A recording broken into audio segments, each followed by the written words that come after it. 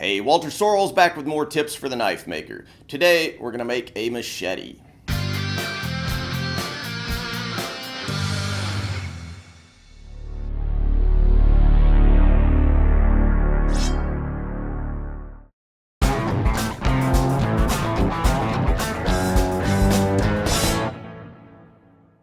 So a friend of my son's who's in the landscaping business asked me to make a machete for him. Now I've made a couple videos in the past where I show different ways of making machetes. The first one, for instance, I made completely using hand tools, no power tools whatsoever. This video is going to show more kind of like, okay, if somebody asked me to make just a one-off knife or machete, here's how I would really go about doing it in real life. Of course, I have a lot more complicated tools than just hand tools, and so it sort of makes more sense to do it the way I'm doing it here. However, if you're just interested in hand tools or you're just starting, you might also want to check out that video that I did a while back. I'll have a link in the description and you can check that out there. All right, let's get started. We'll start with a piece of precision ground 01 steel. 01 is an ideal steel for first-time knife makers because it's available from many sources in many sizes and shapes, and it's relatively easy and forgiving to heat treat. The main disadvantage of 01 is that it tends to be fairly expensive. This steel is 1/16 of an inch thick and 2.5 inches wide. Machetes vary in thickness, and this is on the thin side. Thinner machetes are lighter, easier to swing for long periods of time, but also have to be sharpened a little more often. I've made them thicker and thinner, and they all have advantages and disadvantages. We're aiming for something a little more high performance than your typical store-bought machete. It'll have carbon fiber handles, brass handle pins, and some other funky little touches that you won't find on your Walmart machete. Here's the design I made on the computer that I'll be using as a jumping off point. I'll begin by marking it out very roughly on the steel. You'll notice that machetes typically sweep slightly backwards. This keeps the weight behind your hand and stabilizes the tool. This means that the handle shouldn't be laid out up against the edge, which would result in a forward weighted blade, more like a kukri, but rather somewhere in the middle of the stock. Forward weighting works great for heavy blades like kukris and axes, but a light machete will tend to be unstable if designed that way.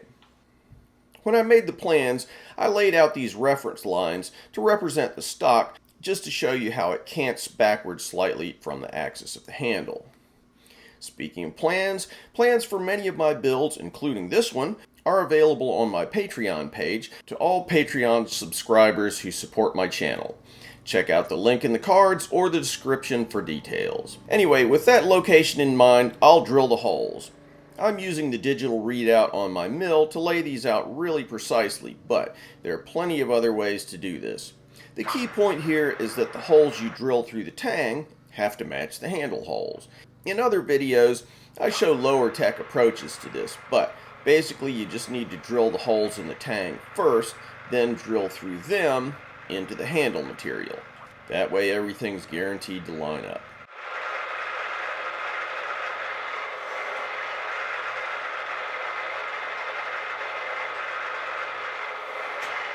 Speaking of handle material, for today's build, we're using a composite of composites. Micarta, composite, carbon fiber, another composite material, and we'll epoxy them together. Before epoxying, you always want to degrease the material thoroughly and then use sandpaper or Scotch-Brite to establish a scratch pattern on the surface, which will increase the strength of the bond. As a general rule, machetes have quite thick handles. Machetes tend to be used for extended periods of time, and a skinny little handle that might work great on a knife will cause your hand to cramp up. So, I needed thicker handle stock than I typically carry in carbon fiber or micarta. So, I went the composite of composites route. Looks cool, strong as hell, and it'll last a gazillion years. So I'm making this machete with a carbon fiber handle. Not sure I would necessarily recommend that for somebody who's just getting started. Micarta is probably a better starter material. Carbon fiber can bother your lungs and cause rashes and various other things. I've got a ventilation system and I wear a mask. So if you do want to go the carbon fiber route, just be warned that you need to handle pretty carefully. After applying the epoxy, I've clamped them together on this aluminum plate. I almost clamped it on my table, but then decided against it. Flexible material like this can easily be clamped out of true, leaving it with a bow. Then you'll have trouble making it mate to the machete properly. By letting it cure while clamped to this ultra-flat plate, I'm assured of ultra-flat scales. Once they're cured, I'll drill holes corresponding to the holes in the tang. Again, I'm using the DRO on my mill, but absent a mill, you'll need to line them up and clamp them to the tang, then drill through the tang holes. Works just as well in the end.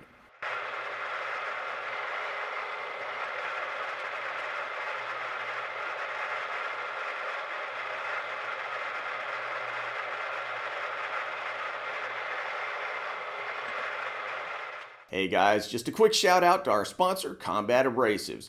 I use Combat Abrasives belts on my grinder every day. Their ceramic belts in particular are cost-effective workhorses in my shop with one of the best price points in the industry. Combat is a family-owned American company with manufacturing facilities right here in the US of A. They've also just released a new 2-part epoxy, Rogue Epoxy, that has 1,000 uses for the knife maker. Find them at combatabrasives.com. Alright, back to work. Next, let's turn to the blade. I'll begin by roughing out the shape of the machete on the table of my grinder. I'm using a 40 grit ceramic belt here. I much prefer ceramics over aluminum oxide belts for this kind of roughing, which has a tendency to chew belts to pieces. As I've mentioned in many of my videos, I prefer not to stick to a plan too exactly. I could lay this out exactly the way I CAD-CAM'd it to the millimeter if I wanted, but I like to feel it in my hand and tune the shape based on that feel. The only firm guideposts here are staying centered on the handle holes.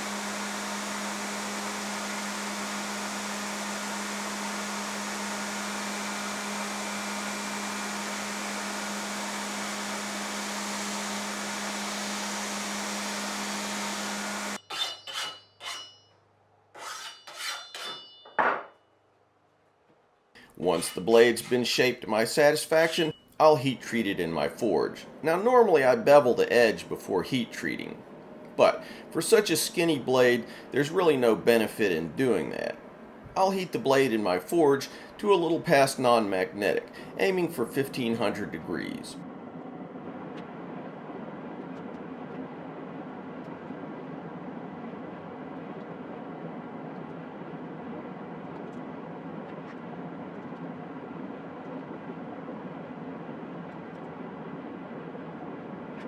Then we'll quench rapidly into Parks 50 quenching oil. This is an engineered quenching oil designed especially for this purpose, but you could use cooking oil, mineral oil, or any number of other oils, and it would harden just fine. By the way, if you don't have a forge, you can do this if you have a sizable propane torch.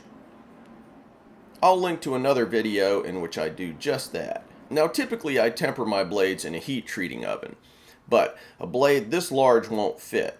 So I've got a second tempering method that I use exclusively for long blades.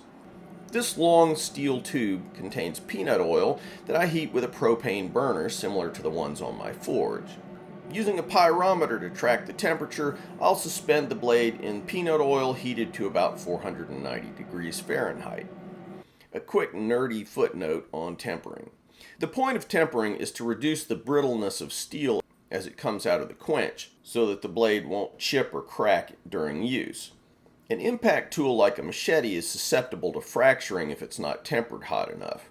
Now, commercial machetes are often spring tempered, meaning that they're tempered at much higher temperatures than typical knives, often around 600 Fahrenheit, which results in a blade that can bend easily without breaking and will always snap back straight. Problem is, spring-tempered blades aren't real hard. That means you can sharpen them with a file, which is great, but it also means that they tend to dull very quickly. Now here's the nerdy part.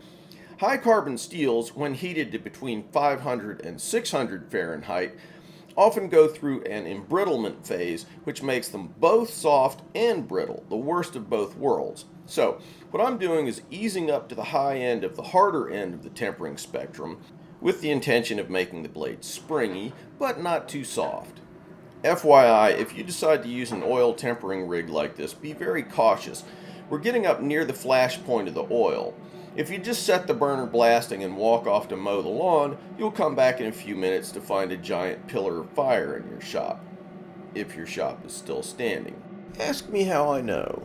Now, in all seriousness, I've never burned down my shop, but I did turn my back on this rig one time to talk to a buddy of mine and ended up with quite an exciting little show, so you just need to be cautious. Anyway, the result of this tempering process is a blade that'll stay sharp longer than most commercial machetes, but still is nice and flexible. Here's a little test to make sure it works as advertised. Notice that I didn't finish the blade in any way. I've just left the natural crud that forms during heat treat. I've made machetes with nice bright finishes, but machetes are always made from carbon steel, which rusts easily. Leaving the oxides and carbon on the steel acts as a mild rust inhibitor. I've used other approaches like Cerakote in the past, but this is a good deal easier and has a cool rustic look. Now it's time to make the handle. I'll be holding the handle on using both epoxy and brass pins. Belt and suspenders. I'll also have a lanyard hole, which will be made from a piece of 304 stainless tube. I'm a big believer in using lanyards with machetes. It's way too easy for them to slip out of the hands if you don't have a lanyard. Before we go any further though, I'll trim the scales a little. No need to go too close to the line. All you have to do is go over a little bit and then a lot of regrinding is required. And you've lost that shape that you worked so hard for earlier. So I'll remove the rest on the grinder. Now for the epoxy.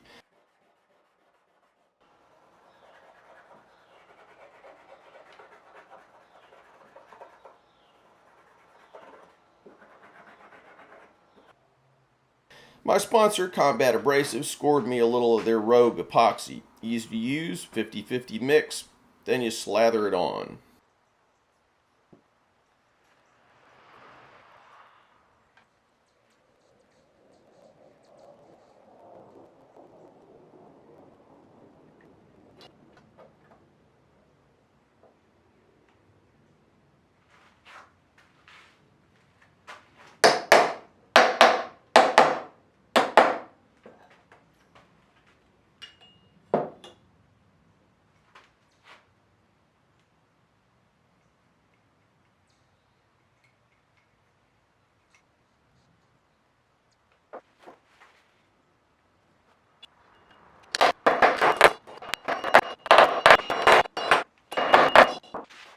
Before the epoxy sets, I'll peen the ends of the pins a little, giving both a mechanical and an adhesive lock on the handle scales.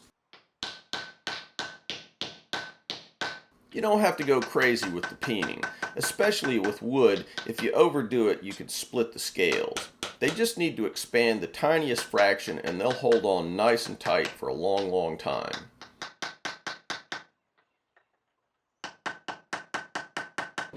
A little cleanup of the squeeze out, some clamps, and we're good to go. Next, after grinding down the heads of the pins, I'll soften the lines of the handle on the grinder. There's no formula for this, you just want to make it feel good in your hand. That said, you don't want to over round it. In other words, you don't want to make a machete handle feel like a broom handle. If it's really round, it'll tend to rotate in your hand, which is unsafe and increases fatigue when you're bushwhacking. You want it fairly flat so that you can index it and keep it nice and straight in your hand.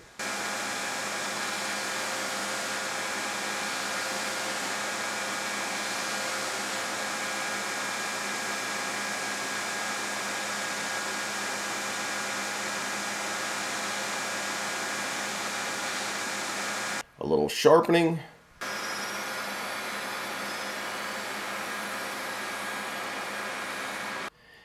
And there we are. Bobby, I hope you enjoy the machete and get many years of use out of it.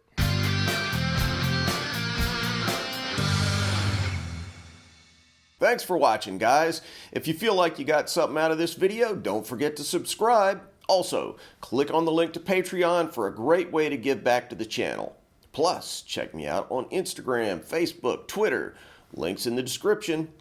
If you want something sharp and pointy, maybe a gift for yourself or one of the cooler people in your life, check out my Tactics Armory website and pick up one of our tactical or outdoor knives. And finally, if you want to learn to make Hamones or Japanese swords, check out WalterSorrellsBlades.com, where you can find videos about how I make Hamones, as well as forging, mounting, polishing, and fittings for Japanese swords.